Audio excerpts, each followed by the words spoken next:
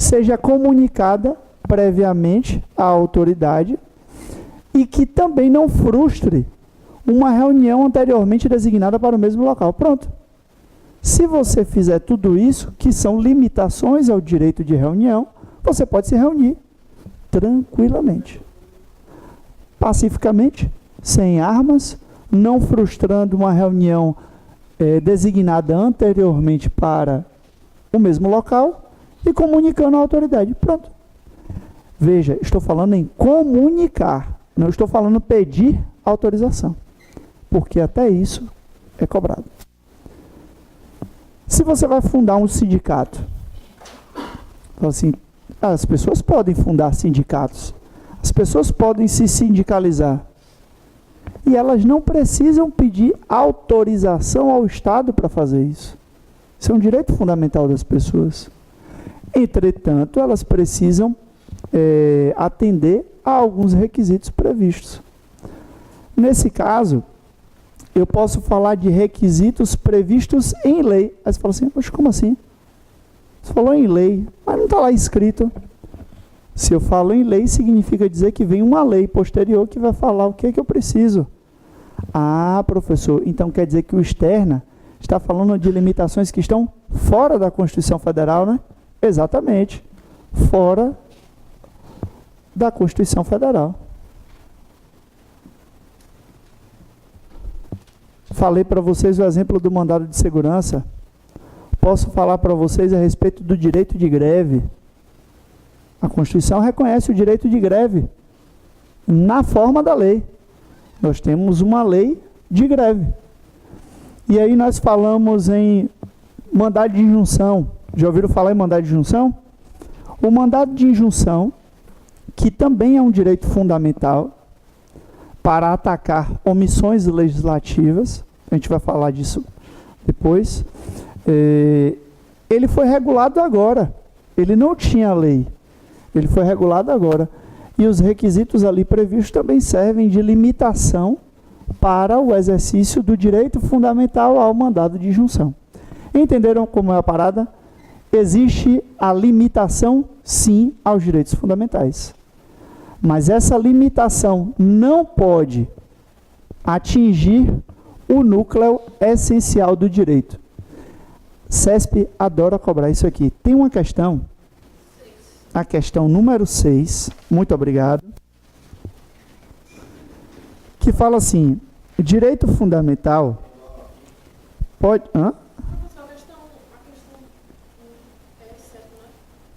Ah, sim. Vou voltar à questão 1 antes de falar da 6.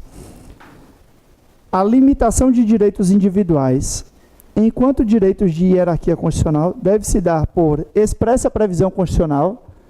Bote aí do lado desse expressa previsão constitucional aí, expressa disposição constitucional, sublinha e bota assim, ó, limitação interna. Ou mediante lei promulgada com fundamento imediato na Constituição Federal. Ó, limitação externa. Sublinha a primeira parte, que está escrito aí, expressa disposição constitucional, e coloca do lado, limitação interna. A primeira é interna, a segunda é externa.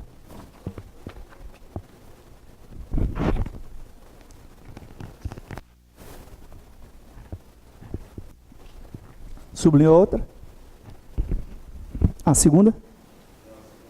Sublinha aí, lei promulgada com fundamento imediato na Constituição. Aí do lado você coloca limitação externa.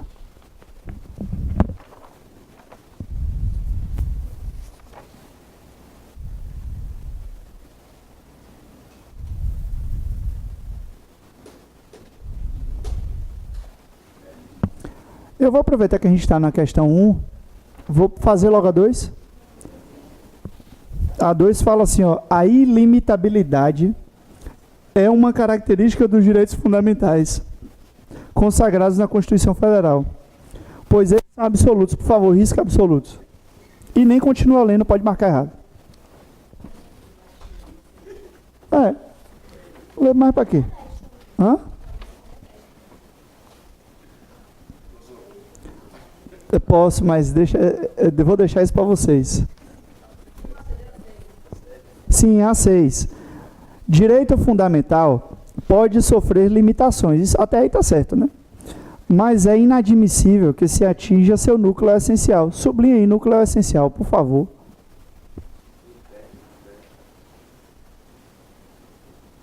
De forma tal que se lhe desnature a essência. Perfeita, redação perfeita. Pode ir, risca a parte superior do formulário, que eu não sei porque que está aí. Eu não sei porque que está aí. Então, oi? Certo, tá certo. A1 é certa também. Eu quero que vocês prestem atenção numa coisa. Essas questões de certo e errado, elas trabalham muito com alguns sinônimos e às vezes com algumas expressões chave e tudo mais. Se atentem para o que aparecer de errado, como foi o caso da absoluta, que eu falei assim, risca absoluta e nem continua lendo. A prova de vocês pode ser riscada, risquem a prova inteira, não tem problema. Não há aqui um impeditivo. O que vai valer para você é o gabarito. Então o que é que você faz? Risca. Tá na dúvida? Pula para a próxima, não fica martelando naquela não. E atentem para uma coisa.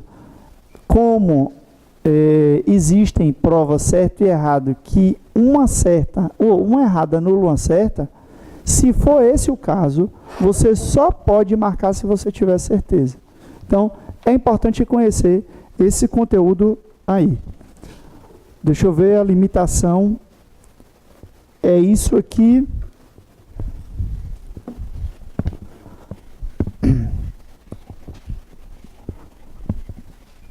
O que acontece? Ao lado da limitação, eu tenho uma circunstância relacionada à inalterabilidade. Falando que direitos fundamentais são inalteráveis.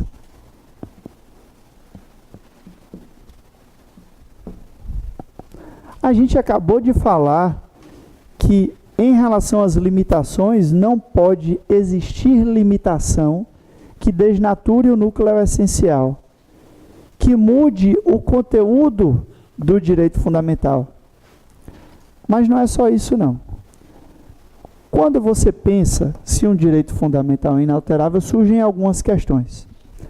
A primeira delas, cláusula pétrea.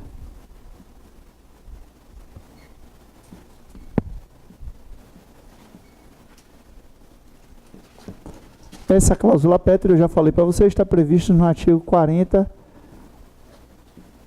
parágrafo 4º. Desculpem, artigo 60, parágrafo 4º. Está lá. Não pode ser nem objeto de deliberação pelo Congresso Nacional a proposta de emenda constitucional que vise mexer com direitos e garantias individuais. O Supremo já falou que são todos os direitos e garantias fundamentais. Todos. Aí o que acontece? Se eu digo que não pode ser objeto de deliberação, eu tenho que saber qual é o tipo da deliberação. Porque no passado nada podia mudar. Mas hoje já se admite que os direitos sejam alargados, que eu tenha uma ampliação de direitos. Eu já admito a limitação e eu posso ter uma ampliação de direitos. Então não significa dizer que este núcleo agora continua sendo imodificável. Não. Agora ele pode mudar, sim. É possível que ele mude. Então, tome muito cuidado com afirmações que dizem que os direitos e garantias fundamentais não podem mudar de jeito nenhum. Essa é uma afirmação incorreta. Tem um... Deixa eu ver aqui.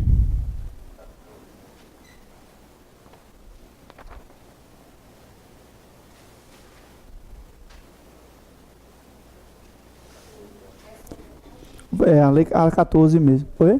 É a 14 mesmo. Olha essa questão 14 aí. Olha como é que foi cobrado. Os direitos fundamentais, considerados como cláusula pétrea das constituições, podem sofrer limitações por ponderação judicial. Sabe o que significa ponderação judicial aqui? Significa dizer que os direitos fundamentais foram levados à justiça para serem avaliados. E como eu disse para vocês aqui que os direitos fundamentais não são absolutos, pode ser que um direito fundamental seja colocado na frente de outro direito fundamental, através da técnica judicial de ponderação. Mas não somente com relação a isso. Eu posso ter limitações advindas da lei. A gente acabou de ver limitações na própria Constituição e limitações fora da Constituição. É o resto da questão aqui, ó. Podem sofrer limitações por ponderação judicial, caso estejam em confronto com outros direitos fundamentais. Aqui você pode sublinhar esse caso em confronto com outros direitos fundamentais e puxar uma setinha colocando assim, relatividade. É uma característica dos direitos fundamentais.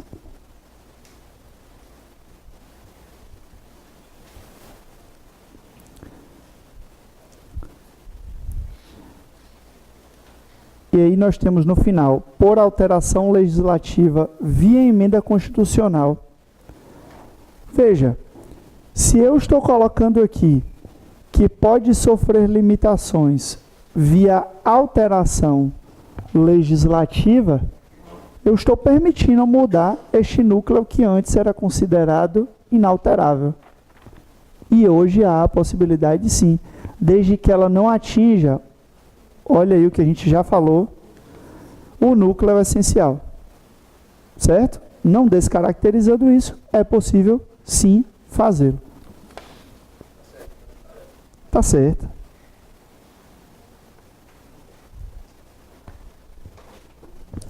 Bom, como nós já estamos às 10 horas, eu gostaria de continuar, mas não há tempo hábil mais para isso. Nosso primeiro dia, acho que andamos a contento. Eu tenho uma atividade para casa. Anotem.